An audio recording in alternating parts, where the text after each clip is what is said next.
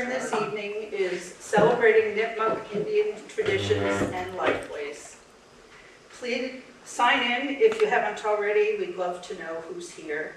I'm Susan Lippett, the current president of the Westborough Historical Society at 13 Parkman Street. Next up for our activities, we have our history book group on Tuesday, October 14th at 10 a.m. We will be discussing Revolutionary Summer by Joseph Ellis. Actually, there's a week left. You have time to read it if you'd like. And so this will be our book. This is primarily about the New York campaign, so it's very interesting. And starting next week, we're going to have a sale table at Leduc Antiques here in town, featuring tableware and other treasures. Please stop by and give it a look. In November, our program will be on Monday the 10th at the Sibley House. Leslie, who's here tonight, will present the witness houses of Westborough in 1776. We had, it's a fascinating story of the 36 houses that still stand today. On Tuesday, November 11th, our history book group will come together again and discuss Mayflower. On Sunday, November 16th, we'll have an open house with a special exhibit. We have recently had an exciting gift from a notable family and hope to feature it soon, so stay tuned. December 6th, we'll have our annual holiday sale from 9 to 1, so watch for more information. The spring promises to bring some exciting programs as well. Let's just say John Adams will be in town. The town is forming a 250th anniversary American Revolution Anniversary Committee. You can check the town website for more information. We would love to have somebody here in this room or some other person in town who's interested in history participate in that. We would like to dovetail with them about whatever activities they come up with. But we have plenty of plans for next spring.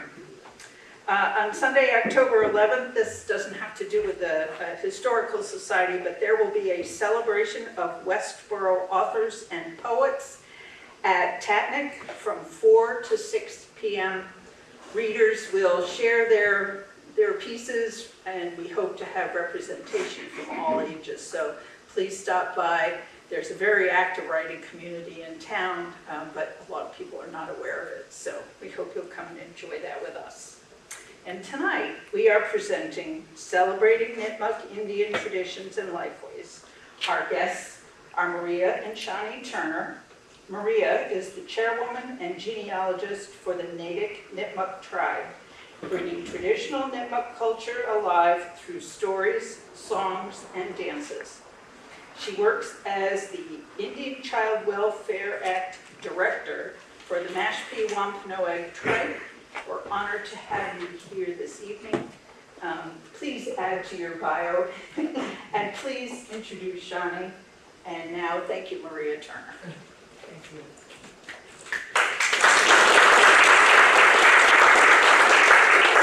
I should have paper too, kind of helps to know where you're going to begin and where you're going to end, and push things in the middle. But unfortunately, I don't have any, so I'll just wing it. I'm here with my daughter, Shani Turner. Shani is the medicine woman for our tribe, the Natick Nipmuc Tribe. She's done a lot of hard work in order to earn that title. Our tribe, the Natick Nipmuc Tribe, is probably one of the smaller tribes now. We have about 250 to 300 members that are known and enrolled. But we probably have a lot of other members out there that have not gotten in touch with us yet. Matter of fact, we're starting to have people contact us now. So we have a smaller tribe, but we have myself as the chairperson, we have a council, we have clan mothers, we have 5 clans in our tribe. And we have the Turtle Clan, we have the Hawk Clan, we have the Deer Clan, pipe in anytime. We have the Eagle Clan, and Bear, I'm not sure if I said that, Bear Clan. It's interesting, kind of post-colonization for us, because when colonization started, we actually were one of the praying towns in Natick when John Eliot came. So in 1620, when the Pilgrims landed, of course, they landed in Plymouth, and I think they thought they were someplace else, but they weren't. They landed in Plymouth. And they were met by Massasoit and Wampanoag Tribe. And Massasoit was gracious enough to help them after a while when they found that they needed to learn how to eat. And how could they do that? They needed to learn how to put their houses together and clothing together. And how could they do that? When they came, they brought their animals with them that we never had here. So they bought pigs, they bought sheep, they bought cows, they bought horses. They were not indicative to this land. If you read up on history, you'll realize that we had the Eastern Woodland Indians. We're considered an Eastern Woodland tribe because we're East Coast. So we had the deer. And you'll see when Shani starts talking about it, that we used every part of any animal that we had to use for our livelihood.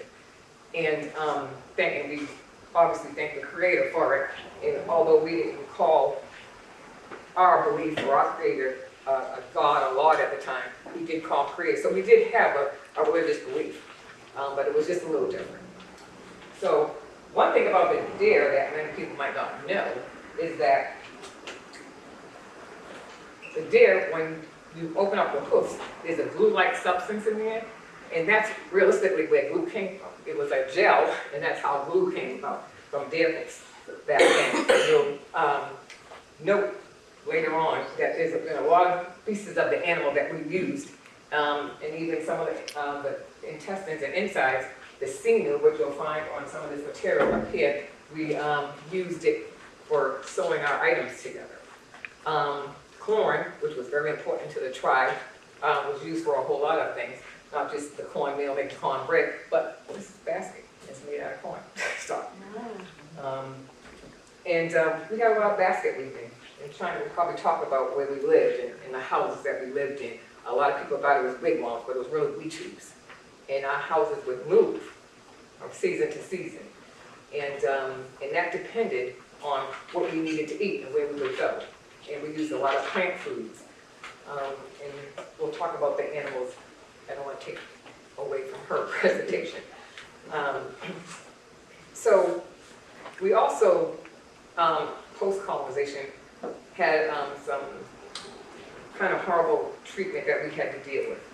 And a lot of it was after or when King Philip started his war, who's also Natick. The English called him King Philip. So in 1675, when he started his war, it was basically due because we were losing land. We were losing our housing and our food in our farmlands. And he just felt that he was going to start this war for colonists. Really wasn't to try to kill a lot of people, but mainly to try to get back what he felt that we should have back to ourselves. So he was joined by, well, he was Wampanoag, Nipmucs joined him, Abenakis joined him, Narragansetts joined in this war that lasted for a year. In some books it says 1676, but other books it says up to 1678.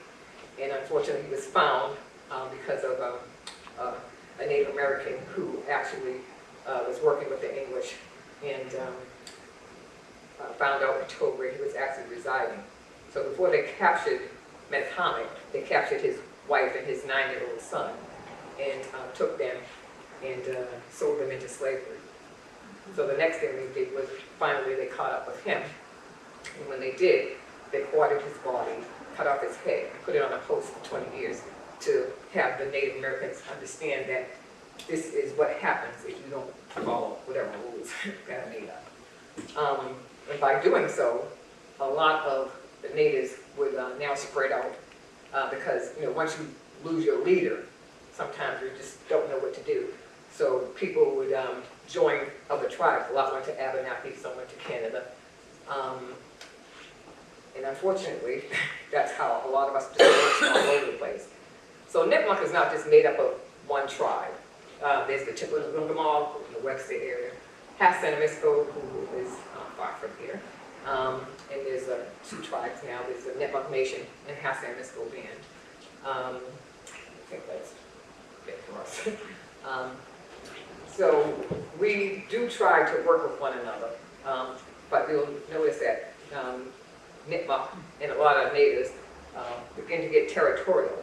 We learn that through colonization, that sometimes you don't want to give up land or share land, even though as a people that's what we did pre-colonization, because we would help our brothers and sisters, even though some tribes did not. But again, we're the Eastern Woodland tribes.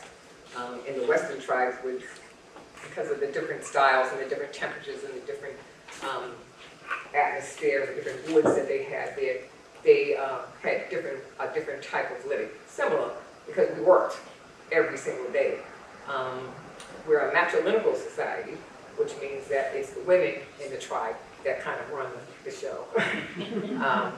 And the men would go out to hunt to get the food and bring in the fish or whatever, because we have a lot of lakes in here.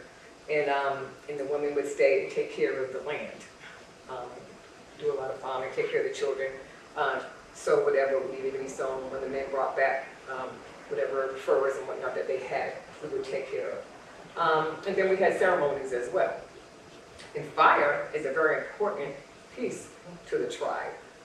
It is a circular piece that we put stones together, make our fire, and a lot of it is, we didn't bring any tonight, but we usually have a tobacco or a sage or a sweetgrass that we find and used to put into the fire, so the fire would go up and you'd see it go up to the Creator when we're praying.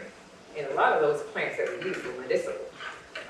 The sage, medicinal, or we would make tea, sassafras. So we used a lot of land and a lot of plants that some you might see in some tea bags now, but some not. So I kind of picture myself as, I'm a tea drinker. I don't know if anyone drinks tea here. Seems to be like a dying breed, but I grew up with my grandmother, who was a coffee drinker. And I did, as I got a little older, I worked as a teacher in Boston for a short period of time. And then I worked in another program. Everybody's drinking coffee, so I said, well, I'll try that. So I did try it for a while. And after about 9 months, I went back to the tea because I didn't really like the change. And I used that because we all have a change, and some of us have to change or should change, or maybe we don't have to change. But we have to kind of just look into ourselves and see what's important in here, which is what we had to do. I know you probably heard about Deer Island. A lot of our Nipmuc relatives were sent there after King Philip's War, and some during the war too. So they wanted to get some of the so-called troublemakers out. So they sent them to Deer Island, where a lot of our family did not return because they either froze to death, they starved to death, or maybe they just couldn't take the elements. But those who did return would go back to land that no longer belonged to them. A lot of land was taken for taxes. A lot of land was taken because people couldn't get their food or the crops together. For whatever reason, they lost their land. Around that time also, we had the Ames massacre that happened in the 1700s. And it was a group that had come from war, from King Philip's, and they went back to their land, Framingham, and wanted their land back. And what had happened is Thomas Ames had been granted that land by the governor of the state. And the natives wanted to go back and talk to him to see about some kind of exchange so they could get part of their land back, because all their corn was there, and their corn was to feed their people. And Thomas Ames had been called off, so he was not home at the time. But his wife and several children were home. And what had happened is the Indians went to actually go and talk to the wife. But of course, when she saw the natives rode up on horses, that she got afraid. Which, okay, if you're seeing some raiders riding up on horses, maybe you wouldn't get afraid. But rather than going out talking, she came out, and back then, you know, they made soap out of lye, and she came out with a pot full of lye and threw it on the natives. So they took that as a sign of war.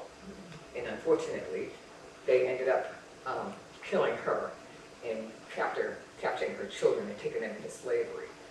Of course, there's a whole lot of different stories around the Ames massacre, and it could be told differently, but this is sort of like the main piece that happened. And when Ames came back, they obviously found this tragedy that, of course, they did search for the natives that had done this. They found some died on their own, but those who they did find were hung for this deed.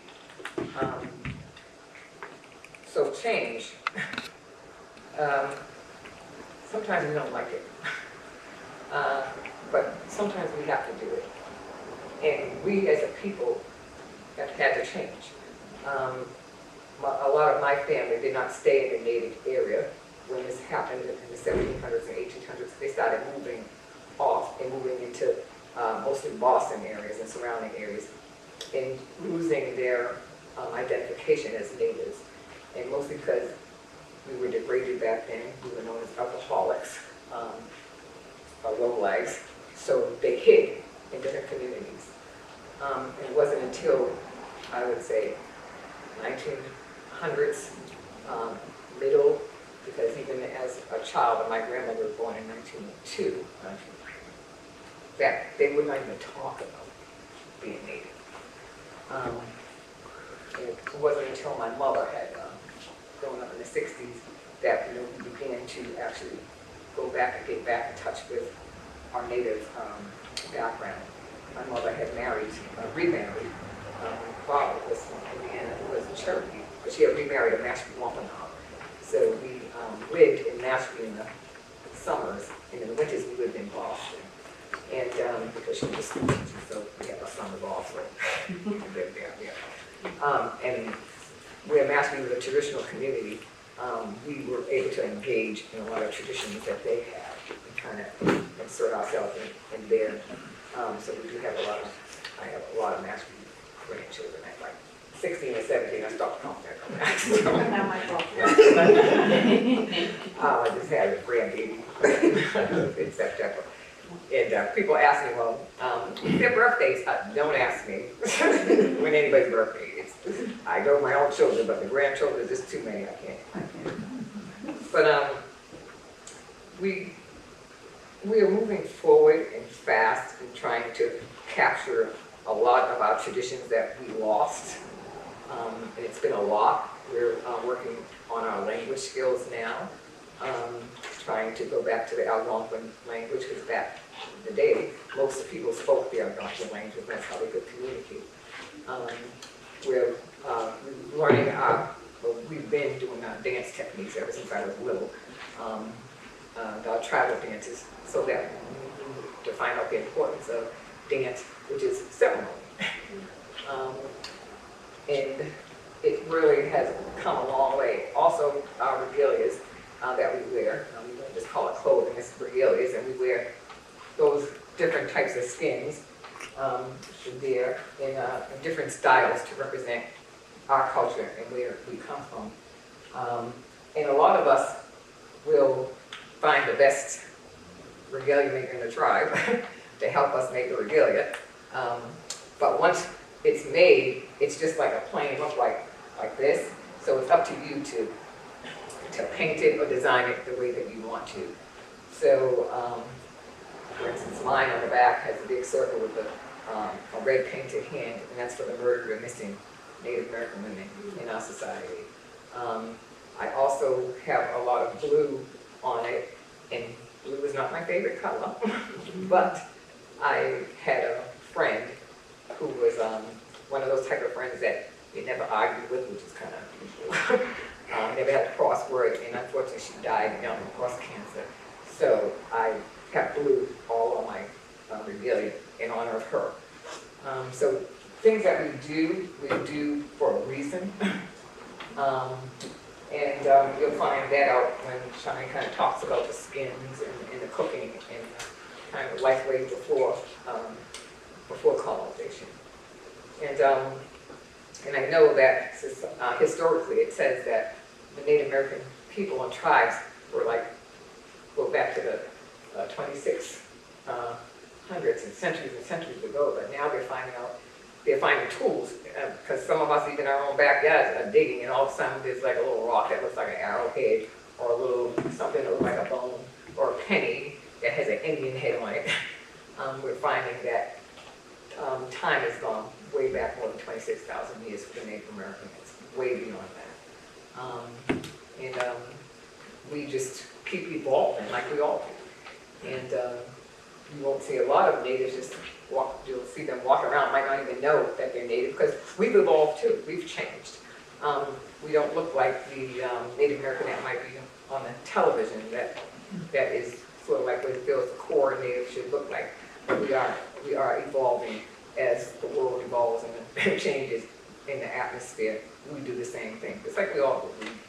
We start down here somewhere, we get older, and this is what I look like. So we also, it's important for our jewelry that we wear too when we're in ceremony, because there are some important things that need to be worn for either my mother or my grandmother who brought me up.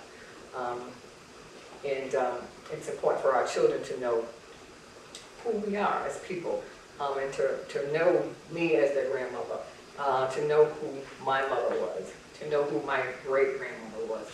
Because a lot of times, we don't find that sometimes in some societies, it's not that important, but we need to know where we came from and what we carry and why we carry this. And what also is important to us is 7 generations. So we want to go back 7 generations. If we plant a tree that we know is going to take years to grow, like an oak tree or a rhododendron bush, we may not see it. So we teach our children, that next generation, that you have to watch this tree to grow. And if they can't see it, then it's his job to teach their children to do so. So we want to make sure that they find out what's important to us and to our society. And I'll probably go in and out with Shani, and I'm going to give her the floor so she can kind of talk to you a little bit about our tribe and some of these things that she has on the table, what was important in life way back in the before the 1600s. Can I ask a couple of questions, or do you want to wait till the end? You want to wait? Whatever's easy. Well, you talked about picking up the language, and I wondered what your resources were for having a language. How did you find what was pretty much a lost language? There's still speakers. They're starting to be speakers now, within the last 10 years, I think it is. MIT had a person there that was an actual Algonquin speaker. He had learned the language, and he had taught some Mashpees the language. And for instance, the Wampanoags have 4 different tribes, but they're all different. So he's taught them, so they have learned it. And ours is Algonquin, it's all Algonquin, but just maybe a little different twang to it. So this gentleman just passed away not too long ago. So we're working with MIT now, so we can get our portion of the language, so we can start teaching our own people the language. And the other thing I wanted to ask is, we know that disease was really played an important part in the impact on the natives. Did that start right away in the 1620s, or was that later that the tribes were so affected by disease? Had to have been in the 1600s, right? Yeah, so before this, we have to understand, like, during that time, everyone thinks we had interaction with the English only in 1620, but you have to understand that the Vikings were coming back and forth. We did trade with the many nations. We had trade amongst the African nations too. We had machines or canoes that could fit 20 men, and they would go out into the waters. So many of the men were linguists, so they would know more than one language: French, English, Spanish, and any other way that they could trade amongst the people that would come close enough to shore. Some of the trades we would make sure, because you would know from other times of trade who to be careful of and who not to be careful of. So the men would actually know different languages to trade amongst the people that would come close to us. A lot of fur trading. I had a young lady ask me earlier, she said, we were speaking of the quahog shell, and the reason why purple was so, or the quahog was so like glamorous. So the English at the time, they saw how hard the men would work at drilling holes or just making the clamshell. So they assumed it was wampum or money. To us, it's just a shell. It's a piece of jewelry. But to the queen at the time, if you understand the way she lived, she loved the color purple. So to her, she wanted anything that was purple, so she desired that purple color. So to us, we're just doing a clamshell, but to her, that was something very glamorous, and she wanted to be adorned with purple. So that's why quahogs or wampum became so famous amongst the people back then. You have any questions? For now. Just one question. I'm originally from Connecticut, and we have a mountain, Avon Mountain, in the town that we lived in. And the story was that King Philip hid in the mountain, coming from the north to the south, hid up there with one of his children, I believe, for many years until he was betrayed. And so my children went to King Philip Elementary School. It was King Philip Drive. But the story was never verified by anyone of Native American background to be a fable or the truth. He, his family, and he had a lot of help, if you want to say helpers, but because of people started seeing what was going on, different tribes, so he would be in different locations. You have to understand, even though it's a matriarchal society, women are not, we don't believe in war. We don't believe in taking another woman's child. So you had to bring your aggressor to stand up to that post. So that's how we had to interact with the English at the time. They didn't want to work with women. Understandably, did the Pilgrims like women at a higher level? No, but they did respect men. So the women would say, okay, we understand, we'll send the men out, but he's going to listen to what we have to say, and that's the only way he's going to perform. So you would have the men go out, and King Philip would be amongst different nations because of the war. You had a lot of women like Weetamoo, who was in charge of her nation, but they didn't want to work with Weetamoo because she was a woman. You had a lot of Native women, because we encompass a large amount of land in this area. They did not want to work with the women or didn't want to do tactics with the women, so the men had to go out and go against the men out that way. But the women would encompass any man like King Philip. If you need shelter, you would stay in my home, because we were the homeowners. So we would see instances of his family probably being broken apart, or him staying for shelter in different locations. And they also had Mohawks that joined King Philip. Thank you. I was just curious if you had a few words with the native language. It is, I'm not a linguist. I am an artist, and I'll just tell you that. curious. That's all. I can tell you I my was just story curious. bear, because we have, my son is 5 bears, so I can count. I can tell you things like 1, 2, 3, and things like that, so, but I'm not a full linguist at all. Oh, no. I wish I like was, a few believe me, words if I didn't have to would- work my English hours, I could. Just for the sound. Yeah. Yes. Could you count for us so we can get an idea? Yeah, I just did. I'm sorry, I missed it. Pasa, Nis, Nash, and then it goes from there. So I just did 1, 2, 3 for you. Okay. So, and since we're working with numbers, so oftentimes you'll find, because it is a matrilineal society, but when you lived in your winter home, you lived generationally. So you would live within a lone home, and then the many generations will live inside. So you'll have your grandmother, then it can go down to the grandchildren. They have Washington homes that listed like 50 generations of family, all within one home. They would have partitions between each family. Each family would have their own fire. So that's how you would label the home, as how many fires were inside the home. Our homes are round, they're not boxes. you don't have a roof like this, because if you live in a round home, the heat just goes in a cycle. That's how you keep your home warm. So if you put your heater in the middle of your home, it would actually warm your whole home. But what we do with the English way is we put our heaters towards the wall. So that's why our heat bills are so high, because the heat is going through the walls instead of just going in a circular motion within the home. Within that, you would have, so my mother had mentioned earlier that the men were hunters, women were gatherers. So every woman will be given 3 plots of land. And then every 7 years, she will work off of each plot. So if you're done with 1 plot, after the 7 years, we'll burn everything down to ash to let the ground the soil just regenerate and replenish. And then you'll go to your next plot of land. But let me just cycle back. I just want to show you, like, from the beginning, the native Lifeways. So from the beginning, say you just woke up in the indigenous, I'm stretching out, good morning, and we'll say we're in, even though it should be more like wintertime now, but we're still in this climate struggle that we're going through. So you're in your summer home. Your summer home is for 1 family. You can't have your elders with you if they're not able to take care of their home by themselves, but understand, we lived for many years. I mean, we're living past 70.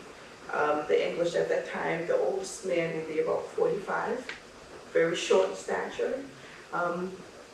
Coming from England, they had depleted their water sources, so that was really rich here. When they came over to this area, they were astounded how large the trees were, how we had fresh water, fresh stock. They didn't have that in England. Do you know what happened with their water in England? Does anyone know how beer came about? Beer, Beer, because yes. they couldn't drink the water, They couldn't drink the water, why? because it was probably polluted. They had defecated in their own water, that was their restroom source. So in order to have some type of drinking source, they would have to ferment their own water. So just imagine you're waking up and you're looking at all these waterways, fresh water, fresh fish, fresh, like your plant life. You have to think of it that way. It's not that you just own this little plot of land for farm. You're looking at acreages. You have fresh berries. So again, go back in we wake up. As a wife, you will go out and you will pick fresh berries. Now mind you, you're only picking what you needed for the day. You never take more than what's needed. But if you did have a plentiful amount, you will go to the next family, which is probably your grandmother, your aunt, and say, I have an over amount, would you like some? Or you would just pass it on to the next family. You never had more than what you needed for the day. Mind you, you're thinking of your berries are right outside the door, it's not too far from you, and it's plentiful. You would have your 3 items in your garden, which would be corn, beans, squash. Very plentiful, and they build amongst each other. You will start off with your corn, and as your corn starts grew, you will plant your beans. Your beans will use the corn stalk as a vine to wrap around. It's a stabilizer. Your squash and watermelon will cover the base of the ground, and that would basically, it would cover your water source. So when it rained, it will go underneath those huge pumpkin leaves, and that way your plant life wouldn't dry out, your garden wouldn't dry out. Our watermelons at that time were about this big, not what you see today. Corn, the corn and squash you see today is huge, but it would just be plentiful enough. I think more of our seeds are they've been a change. So, but you would only take what you needed for the day. You would have a plentiful amount to feed your family. Men would go fishing with fishing nets. The easiest way to go fishing would be to go out into, I would say, you could go out to the bay right over here. You'll put a fishing net across the waterways. Tide goes down. The fish are caught on the inside. So you would just take the fish from that right there. You don't have to wait and go out and draw. You can do a drop net, but it's easy fishing because you had a plentiful amount. They said the cod was so plentiful that you could walk across the cod. from one part of the land to the other. Lobsters, we thought nothing of it, because the lobster would be huge. So some say it's a tough meat. I don't know if anyone's eating a 18-pound lobster here, raise your hand, no? Do you eat more of a chicken lobster? The younglings, but I mean, everything was plentiful, so you wouldn't have to worry about that. So you would make you have your corn, beans, and squash. You can make that in your clay pot, get that started. If you wanted, we wouldn't have heavy meats like deer. In the summertime, it would be your light meats like your fish. You would have your clams because you want a thinner meat because it's so hot outside. You want your heavier meat when it's wintertime and you pack on that weight. So if we're thinking of, say for instance, the wintertime, your husband will go out and grab a deer that would feed the family, but if it was too much meat, you would pass it on. You would not keep more, and you would not overhunt.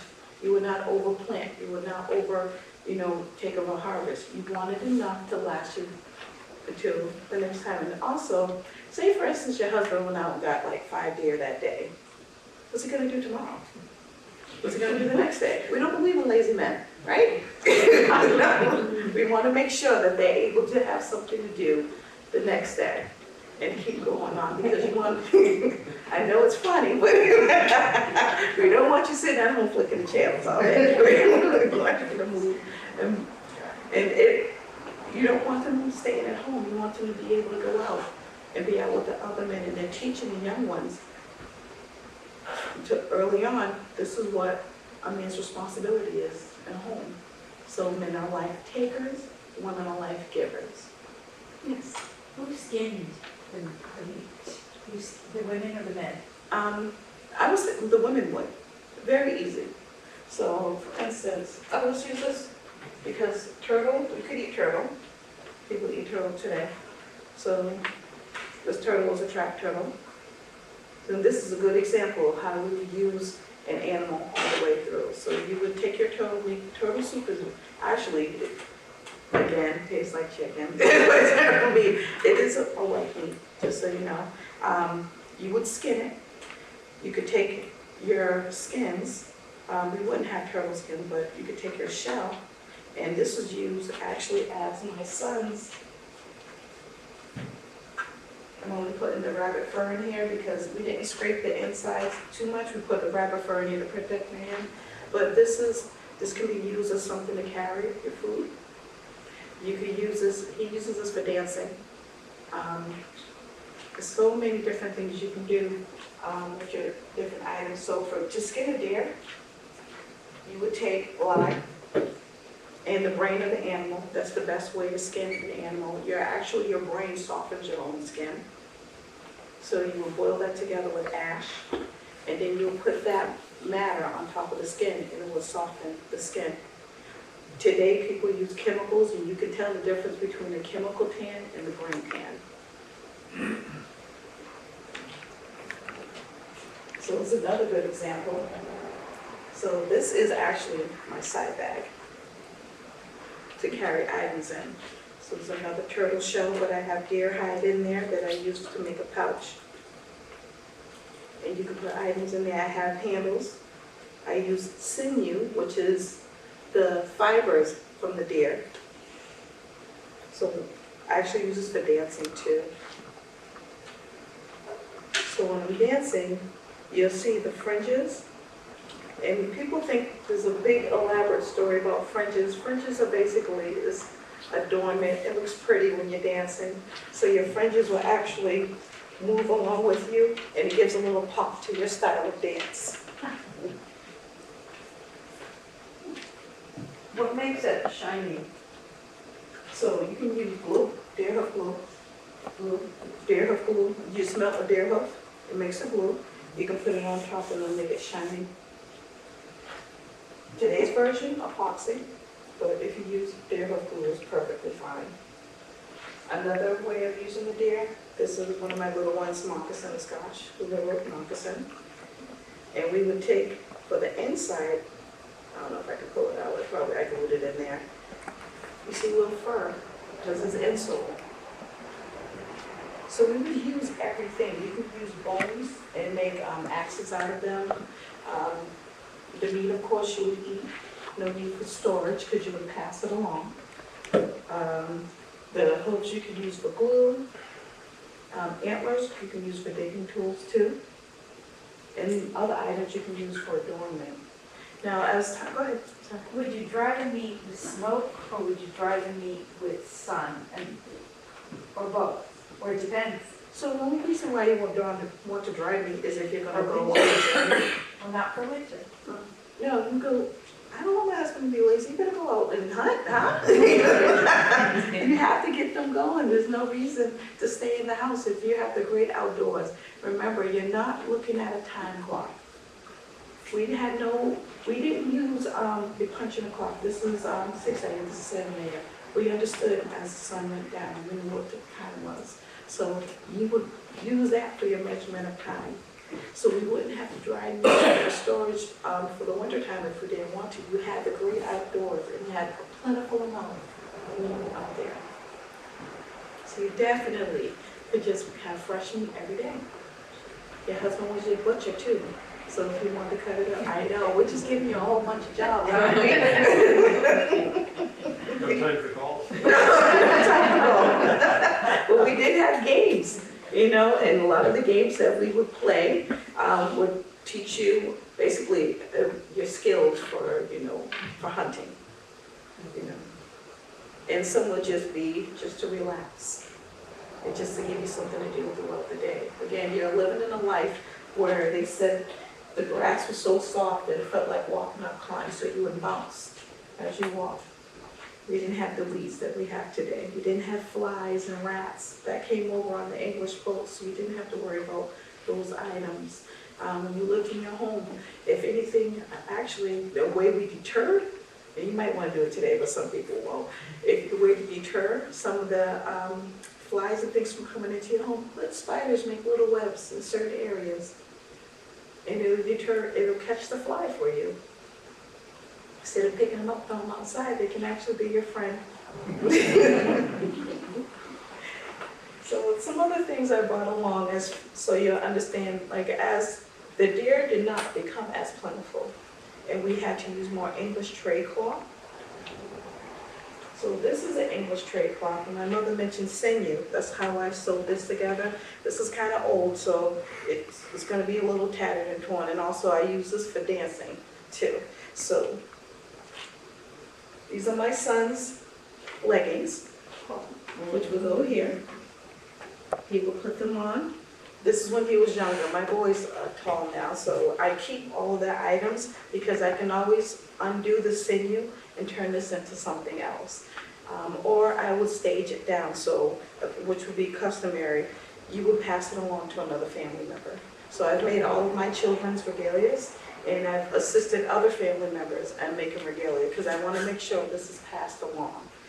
What we would use back then, just so you're aware, for needles, you can use sharpened clamshell, or as time went on, we did use steel needles from the English, but it was nothing that we needed to survive. It's just something that you wanted to do. So these are my son's leggings, made with deer sinew right here. Then what I would do is, these would be used for breechcloth. Understandably, the men, the flaps in the front and the flap in the back. It's one long piece. So you have your flap in front and flap in back. For women, this is also tray cloth.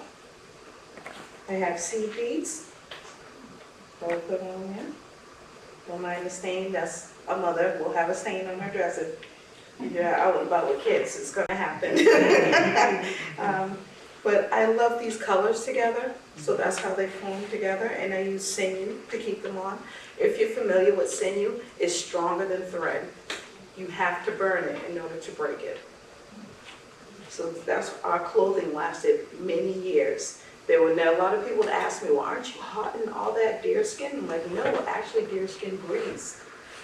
So I'll be very comfortable. I would go and get wet and go swimming in the deer skin. and then just come right back out and it'll dry in the sun and you're perfectly fine. We wouldn't shrink it all? No. A good deer hide will not shrink. It's when you use the chemical tanning. That's what causes it to shrink and get tough. Otherwise, no.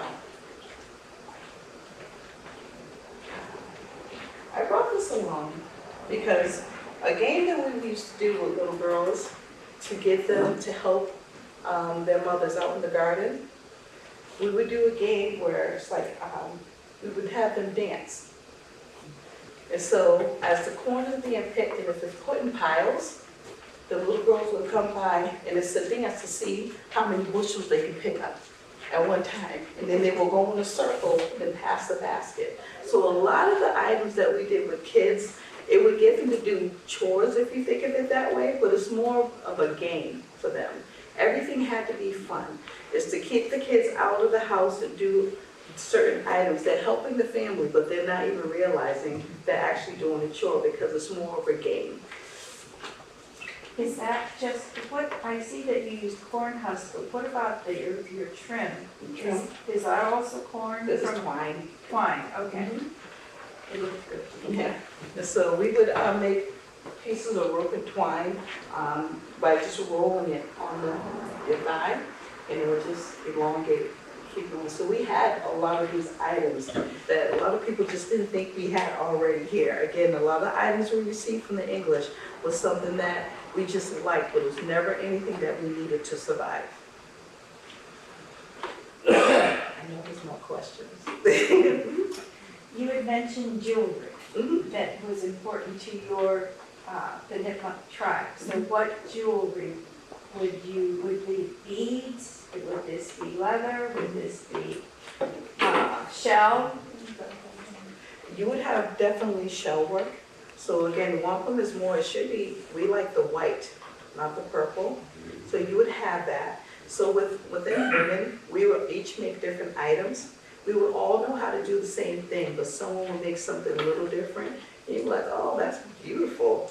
And then you could trade with another woman for different items. But yeah, it would be your earrings. Out of It bead? could be made beadwork, it could be out of skins, leather.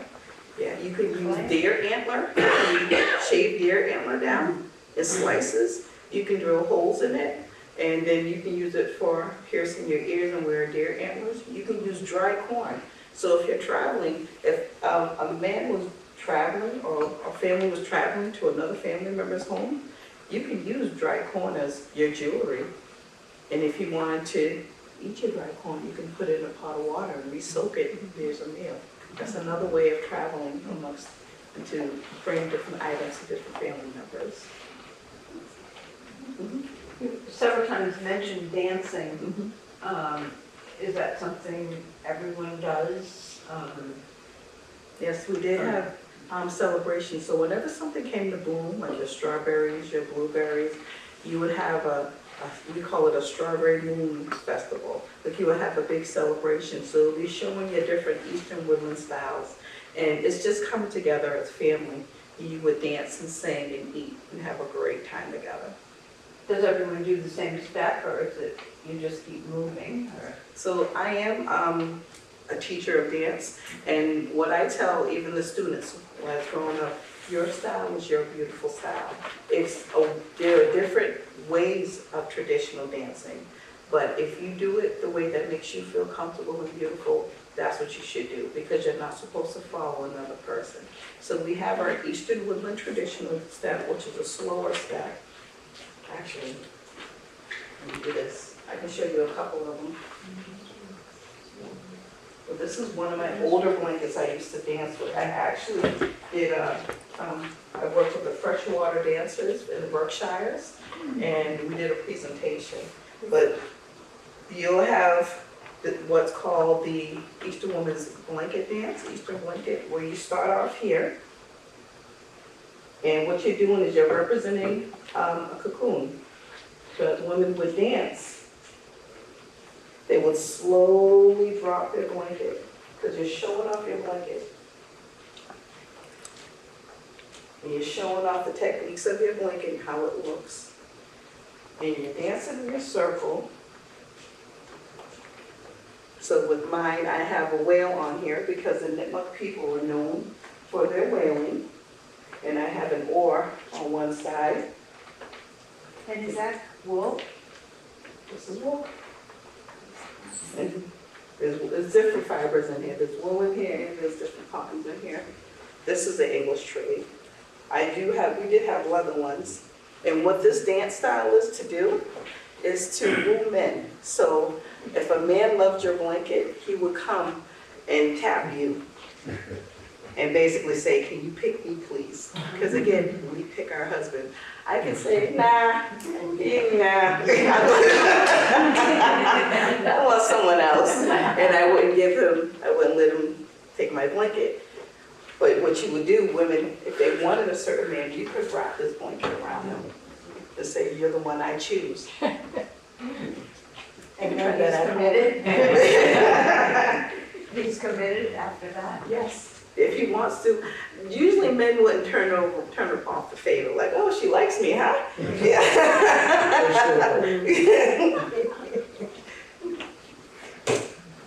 So they were also weavers. Yes, I can I have bags that are gifted to me from many of the elder women that are absolutely beautiful. And it's from the twine that we would have. It's from different materials that we would have. So the matting inside of the homes, what you see around the walls, those are all from woven, like bulrush or cattail mats, and that's a woven style. Each woman would have their own beautification of what they liked, and that's what they would have. You would think as pictures on the wall, but what they would do is they would help with the installation of the home. So as the heat would go from the bottom of the floor, go behind the beds, up behind the mats, and continue to circulate within the home. You would have woven bags that you would wear. I didn't bring one with me, I'm sorry, I should have brought that too. But yeah, you would have different woven bags with different styles on them. I know many Native women that have actually a lot of the bags that are in showcases in a lot of museums now. And they're so beautiful because we would use different dyes. Like I saw a lot of pokeberries out here. You can use purple from there. If you lighten it, you can get pink, you can get fuchsia. We would use bluebird shells, the egg shells. That's how you get blue. The inside of a black walnut will give you black. Crushed shell will give you white. And you mix it with that deer hoof. And then that's how you get that's how you see different colors on different clothing too. How did they treat children? So were they open to suggestions from children, for example, were children meant to be like seen but not heard, or did they have, what was their attitude towards children? And so with children, we completely different from the English. So they would say to us, they thought our children were lazy because they would play all day. But they didn't understand that you didn't have to work coming here because everything was plentiful. So children were treated as children. Like I said, if we would call it, if you want to think of it, a chore in today's version, but it'll be a game. They were always outside. I know a lot of us grew up where we were always outside. So what do the kids do today? What are they doing? They're inside, and they have totally different mentalities than from a child being outside playing. We would have crow towers in the middle of the garden, and the children will go up on top of that tower, and they will throw little pebbles at birds to keep them away from little crows eating our seedlings and our corn. But it was always a game. You never to hurt the bird, but it was just a game, a little platform for them to play on. They had dolls. They had different toys and things of that sort. And a lot of the toys that we made for our children will help to sharpen their skills as they became older. Every toy.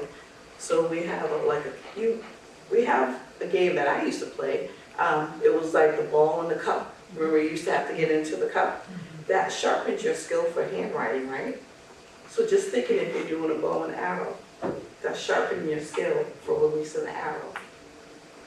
So there's a lot of toys that we have, even the top toys that you would turn back and forth. That's a toy that, we would play with and we would watch it turn on the ground. But if you have, that's a drill.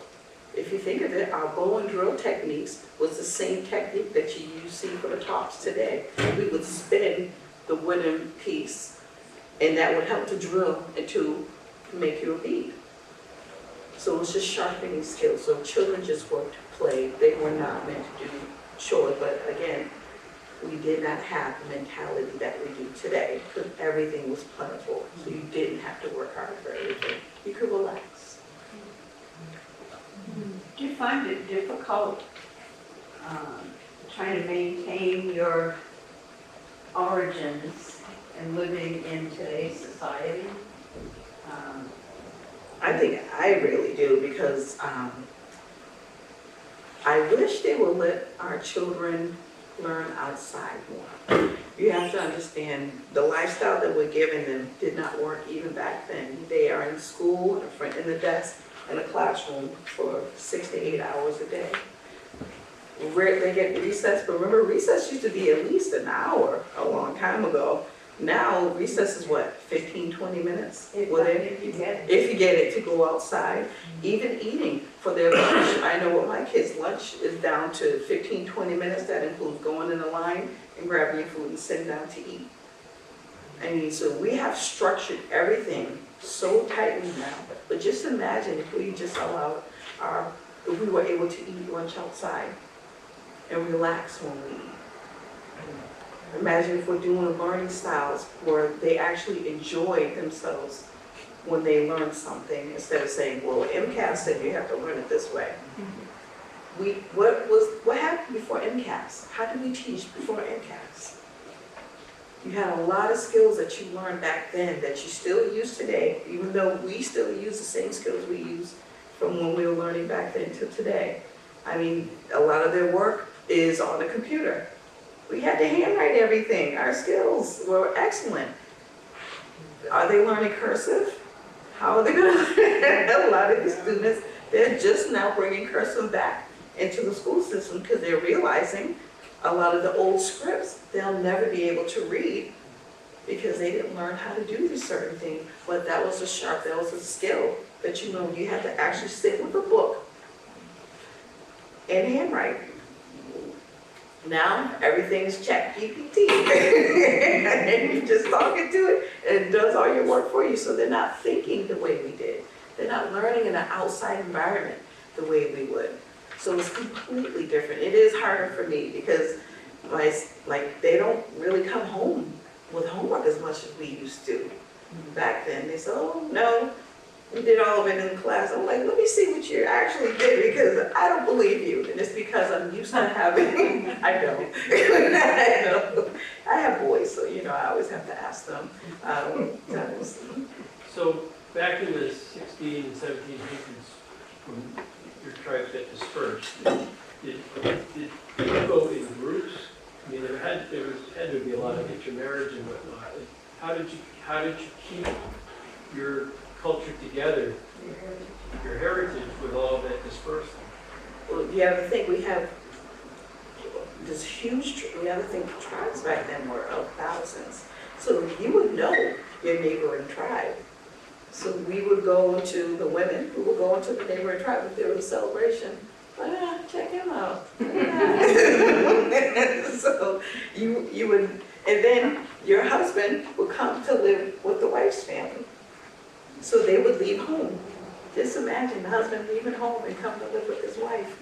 But she would have a home, and then your family would rent that wife 3 plots of land, like I mentioned earlier. So you would go to neighboring tribes. So you would always, there was always a celebration. There was always a reason to go somewhere else. So if your husband is married into this tribe, he always would go home and visit family. So you would go back, and you would get to see the different relations. And it would keep expanding from there. That's why back then you could hear of hundreds of thousands of tribal members in comparison to now. There are people who have had their DNA or Ancestry.com and they find out that they're Native American or Indigenous. What do you want to be called? Are you Indigenous? Are you Nipmuc? Are you? I'm both. You're both. I Okay. can't run away from it. It's So my- what about, do you have people that come to you and say, hey, I just found out that my ancestry said I'm, So what I tell people, because when people find out I am Indigenous, they come to me all the time to say, you want to know the famous name? My great-grandmother was a Cherokee princess. We get that all the time. All the time. And it's not true because there weren't princesses back then. So if you really think about it, but we do receive that information all the time. And what I tell people is, because I say, look into your history. If you can trace your history back accurately, go to that tribe you're affiliated with and introduce yourself and say, this is what I've learned from my ancestry. And be honest with them and say, I did receive it from this information, but can you help me? And if I am truly, Indigenous of that nation, how do I become a member? What do I need to be involved? Because a lot of people want to be a card-carrying member, but they don't actually want to be involved. So that's what I say to them, because you just never know. Thanks for coming. I think also with genealogy, the state of Massachusetts goes by that Earl report from 1859. So if you can see that you had a relative in that book, they use that here to say that, okay, this tribe is actually there. So, and sometimes it might not say Native American or Native, it might say colored. But as long as they're in there, because what they did a lot of times is disperse and renamed and called some of the natives back then colored. But as long as the name is in this book, in Massachusetts, they say that you can relate yourself to one of the tribes that are in this particular book there. Although I'm sure people obviously were native before this book came out, but that's usually what they go by right now. And as Shani said, they have to prove their ancestry. We have ancestry charts, which most tribes have now, but you have to date back to your ancestor that is tribal. And come back and let us know who that person was. If you need help, then we help you do so, but it has to be that one person that we can actually say this person was the Native American. In Grafton, there's 4 acres of land that I believe Princess Whiteflower, or Princess Sarah as she's been known, so she wouldn't be a princess because her father was a chief. So how would that work? I think those names came with post-colonization, because I know in some tribes, some of the older women who probably would be in their deceased at this time, 80s and 90s, some call themselves princesses, but as Shani said, just because they called themselves that didn't mean that they were. And some people took those names on kind of because that's what they felt that they should be called. I mean, she's passed already, But, yeah, 1988, yeah. but I was just curious because when I was reading about it, In the 1900s, Yeah. yeah. So before that time, a lot of people would think back in the 1600s there were princesses.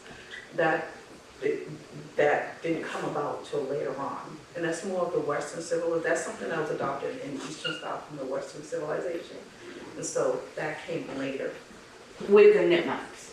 Nipmucs and different nations too. Oh, okay. Yeah, so you'll According to what I read was Nipmuc has, That's the history. yes, Yeah. thank you. Yeah. And she goes her ancestry goes all the way to James the Printer. I don't know what that means, but if you've heard that. I was just curious. your mother mentioned that you are a medicine doctor? And so what that means is just someone, I know it can, a lot of people hear it and they come with different names of it, but I'm thinking of it as a healer. So I'm someone that can, let me toot my horn. So I view it as I'm able to I can go into meetings, I can go anywhere, and I'm the calmer of the storm. I'm someone that can deliberate and just assess people and be able to, and this is just me personally, this is what I've always been that way, where I can come in and say, okay, I'm more of the mediator, put it that way. I know a lot of people sometimes thinking of the medicine woman and she comes up with all these potions. No, but I can tell you items that will help heal yourself. That's only because I'm an indigenous woman that has learned that from my ancestors. So all women, all grandmothers know how to heal their family. So you can see every woman as an indigenous medicine woman, but I'm more of a mediator type of person. I can't come Very in. calming aura. Yes, yeah. I'm always the one that they pick to go into the schools, I tell you that much. Yeah. They're calling Miss Turner. Yes. Do you have some land now that is for your tribe? No, our tribe at this time does not have any land except what we personally own ourselves. But we are working with some people around the Natick area that are looking to hopefully leave us some land. And we're working with we're also in the Nipmuc Nation Confederacy with some of the Hassanites group. And we are working with them to obtain some land at some point because we don't have any, and they're willing to offer it to us or leave it to us at some point in time. And that way we would decide what we want to do with it, whether it's to make it farmland or make it a homestead or make a museum. We're working. I've actually got two questions for both of you. Okay. I'm not from here. Everything I know about here is stuff I learned. Couple things I learned as a schoolboy back in the early 1960s. Number one, I can walk out this door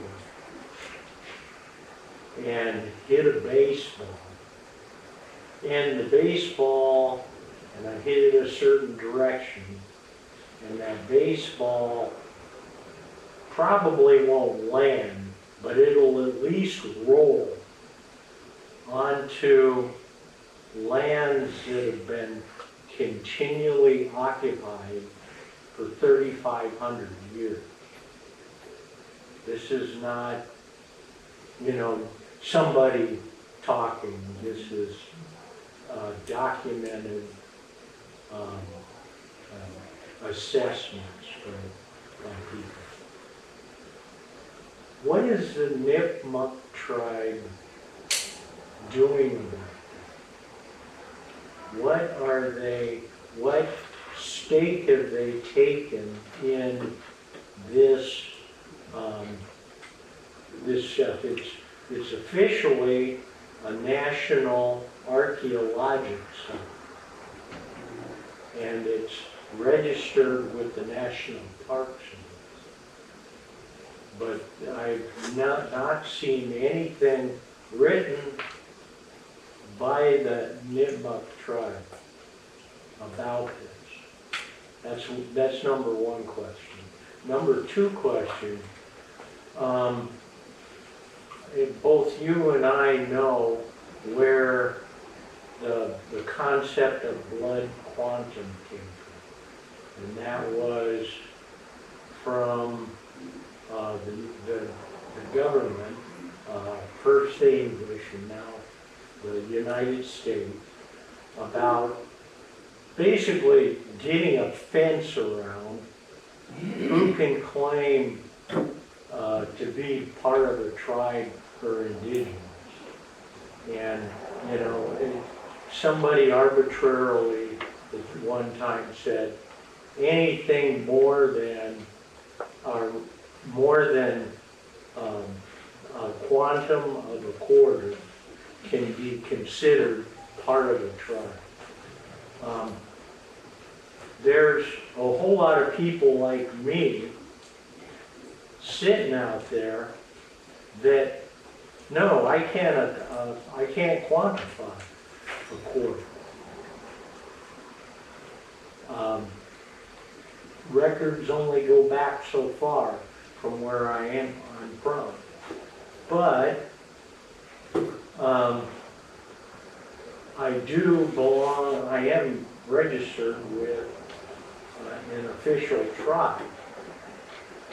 Now, the tribe has been dealing with this quantum for quite some time, in that every generation that quantum gets cut. And we're facing a set that most of the people that identify, most quote members of the corporation we're working,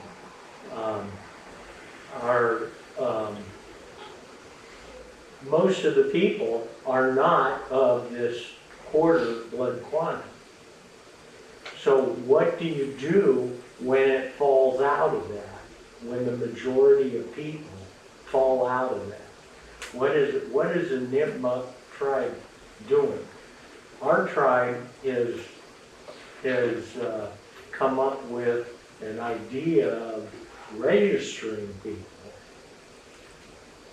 as descendants and trying to bring them into and generate a heritage within our descendants.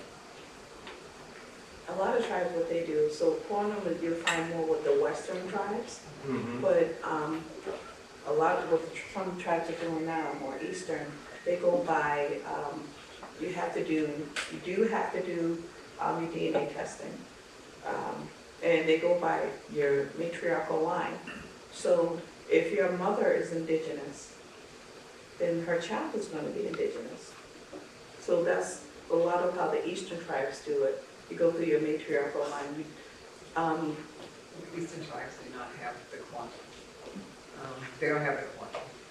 So you'll find that in a lot of eastern tribes, that they're going by your historical,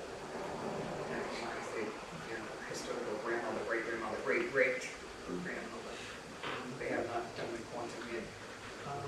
And I don't think they probably ever will, actually. And more tribes are practicing the culture, and a lot of the traditional tribes have the bigger powwows and ceremonies. So a lot of people are going and joining, so you'll find more tribal people marrying with other tribes. And then you have to obviously choose at one point which tribe your children would, which tribe would your children go to, because you can't, obviously, you can't be a member of more than one tribe on an enrollment. You can only be enrolled into one tribe. So that's how the Eastern are going. And actually, I say it's mostly Western, because I went to Oklahoma 3 times. They will work with the quantums that way, but they do not have it here in the East. The quantum, anyway. And for the land, I like, for instance, Natick, Framingham used to be one big piece of land. Used to be, let's say, Natick, and at some point, after post-colonization, all the land got broken up into different places and different names and whatnot. And some kept original, well, Natick in the, it's called the mid area of Massachusetts. Natick has always been Natick. It's probably pronounced Natick because we didn't have that long vowel sound. But most of the other towns have a variation of the original name, but it's not the original name of the towns. So most of the land, like you say, was thousands of acres. But unfortunately, after colonization came, the land all got dispersed for whatever reason it was. Whether it was taxes or owing this amount or another. And also when you were talking too, in the 1800s, they started the boarding school piece too. So they started to take Native children from their families and to assimilate, supposedly. And some not in some way because the parents couldn't pay their bills. So they took the children out of their homes. So even though people thought that didn't stop for later on, it started in 1801 and actually went into 1960s. where they were taking these children into the Colonial boarding schools and other boarding schools all over. And back then, it's another reason why a lot of natives don't want to go to churches, although many do, because many became the praying Indians and that went down the line to the system of the church. But because a lot of missionaries were involved in the boarding schools too, as well as other groups. And of course, those children taken from their families were from a lot of the tribes in the Western and Middle East area. But where I work now in Mashpee, 7 people from Mashpee were taken to the Colonial school. I haven't found out yet how many from this area, but 7 from Mashpee. And amazing enough, I went to a program because I do the Indian Child Welfare Act. It's kind of comparable to DCF, Child Abuse and Neglect. And we went to a rally in Washington several years ago and met a man who was actually in the boarding school. So some of the children were lucky enough to make it out, and some obviously died there. I actually went to Colonial, so I could see it for myself since I do that type of work. And they still have some of the graves there from the 1800s with these children who died. And basically, they did that to not just assimilate, but they would take the younger children. They try to get them from like 6 to 8 years old, because after 8 years old, you're pretty much well endowed with your language. So they would, but I know the kids were easier to change their language, cut their hair. They went there to show them how to be, like the colonizers, and to teach them to read and write. But that's not what they did. They taught them how to sew, how to live on the land, how to do anything else but that. So we lost a lot of tribes from all around the United States, even though we don't think we lost any from Massachusetts, but we did. Some of those children, in fact, my mom remarried my stepdad's grandmother was one of the children that was in the boarding school system. She did make it back, but she was not the same person. So, we lost a lot with the colonization, obviously. It's taken us about 500 years to try to get some of our semblance back. Some of the tribes maintain smaller groups that kept the traditions and the culture. And those are the bigger tribes that are starting to get better organized in the areas, and of course out west too. And again, that's another reason why we don't go by the point here in Eastern Mass that we've lost so much. And of course in the intermarrying system too, because at some point in time all the men were gone and we were left. We left and we were married other people. In Deer Island, they weren't just Nipmuc, they were Irish too. So you find some marriages with the Irish in the Nipmuc at that time. So I think with all the racial blending, because almost people can say that they identify with a particular Native American ancestry, then they're accepted into the tribe. I briefly read the outline of your what you do. There was something about children. Do you work with specifically indigenous children, or? Right. It's the Indian Child Welfare Act, which came about in 1978 through the government, Massachusetts, not Massachusetts, sorry, across the United States, because of all the Native American children that were taken into the boarding school, because thousands of them lost their lives. That back with the Department of Children's Family, there were a lot of, before the Department of Children's Family, like the Department of Public Welfare, and they were removing a lot of Native children from their homes, and these kids were getting adopted. So because they were losing their identity and their tradition and their culture, they decided to put this act in. So therefore, if a Native American child is removed from a state department for abuse and neglect, and it happens, that they can contact our department, specifically if they're a federal organized tribe. We have 2 federal organized tribes in Massachusetts, the Mashpee Wampanoag and the but also at the time, a couple of years ago, the governor did say that they would also entertain the fact that if it was a state recognized tribe, because Castle in the school state recognized tribe of Massachusetts, that they would also entertain that fact that the child would come in, that they would try to make sure that that child would remain with some family, not the particular family that might have been causing child abuse and neglect, but we look at auntie, uncle, cousins, neighbors who had native heritage and place them with them first and foremost if we could. And of course, they have to be eligible and have to be good caretakers, so they can maintain their culture and identity, basically, so that's what the law says. And that's actually what I do now, so. I wanted to ask, you talked briefly about museums. Are there museums in the area that have a good representation of Nipmuc artifacts? I can't think of anything. Well, what's happening now in museums, I think Harvey probably has an art museum that has some things, but most of them won't know. But what's happening now is the repatriation, because there are some things in there that might have belonged to my great-great-great-grandfather that's in the museum, and someone put it in there without my knowledge or the family knowledge. So now they have to give these things back when we identify the disease. So you'll find a lot of museums, if you go to the Harvard Museum up here, that you'll see a lot of things like they're like empty. It's like just an empty case, and that's because they had to give it back to the tribe. So I mean, we would like to do a museum because we like to start our own native. Do your own museum? Yes. Where would that be? So we would like to do it in a native area. We were working with Framingham for a while, but unfortunately something happened with that house that we were working in. So the other house that we're looking at now, we're thinking do some type of museum there. And in a lot of the museums now, where I live at in town, Mashpee, it's a small museum, but it has a lot of little things in there that are important to the culture there that people would be interested in seeing and utilizing, seeing how we lived, things like this, and things that were handmade from years ago. It's a dream. One other question.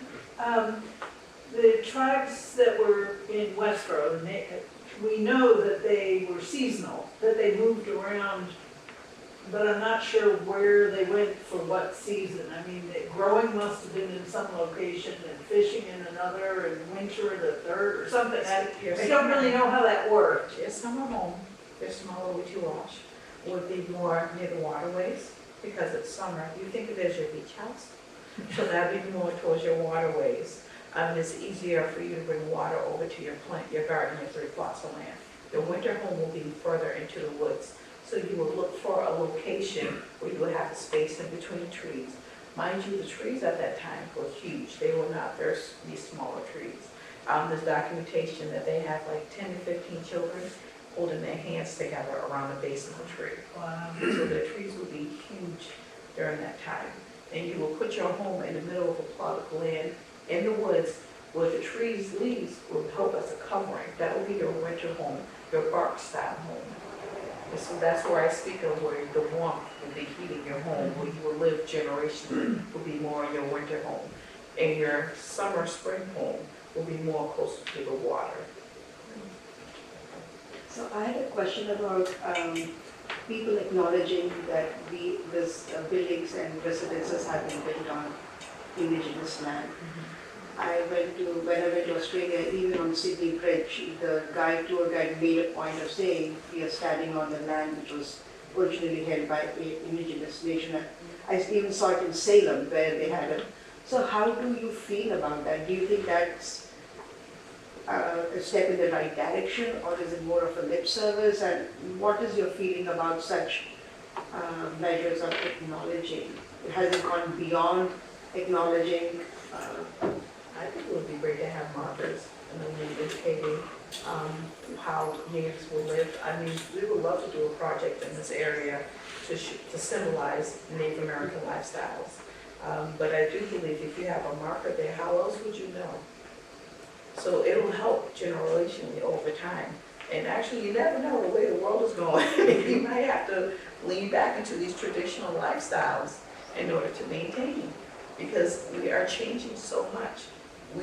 It would be great to have, I would say, it would be great to have a marker. So if you're out in your common square and say, this is the land of the Nipmucs, and just give them a little mark of, this is the tribes that work in this area. And you're doing a lot of land acknowledgements. That actually Natick has some now, Bacon Library, and they're doing the Natick Dam, and we're involved in that, trying to talk about what would make sense to have in that area as far as the market.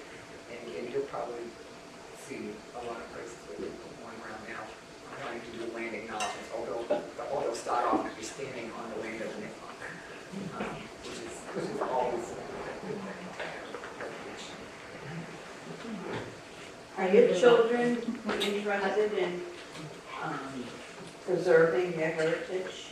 So I go on the powwow trail, and that's more in the summer, and I make their clothing, I teach the classes, I even do that with other children, so my children are deeply involved. And then they're friends, but again, we live in an area where there's a lot of indigenous, it's a big indigenous community, so I can go on the powwow trail and know someone else, because we all celebrate together, so like that. Wintertime is more the calmer time. In the summer, we do have our children around each other. All of our kids all talk to each other. So yeah, definitely. I live in Northborough, and just before I came, I was talking to my 11-year-old grandson, and I told him where I was coming and why, and who were going to be here and talking about.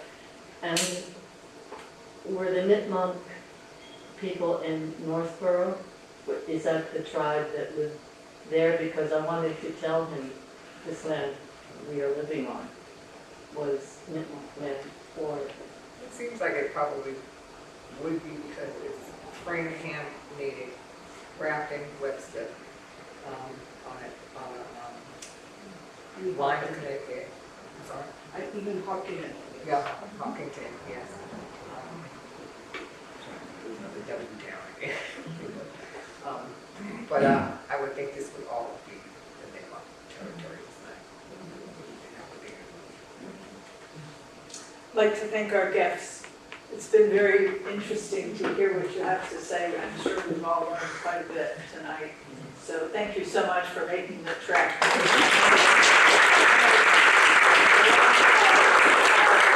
did want to tell everybody that in February, our program will be done by Michelle Gross, who lives locally and is a geologist.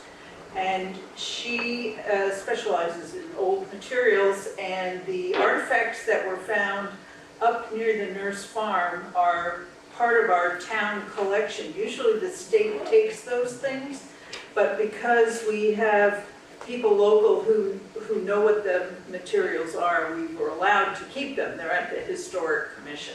So she's going to be talking about the artifacts that were found, and more than just what they are, and give us a little more history about that. So please join us, think about that if you're around in February. Thank you so much. Thank you. I really appreciate it.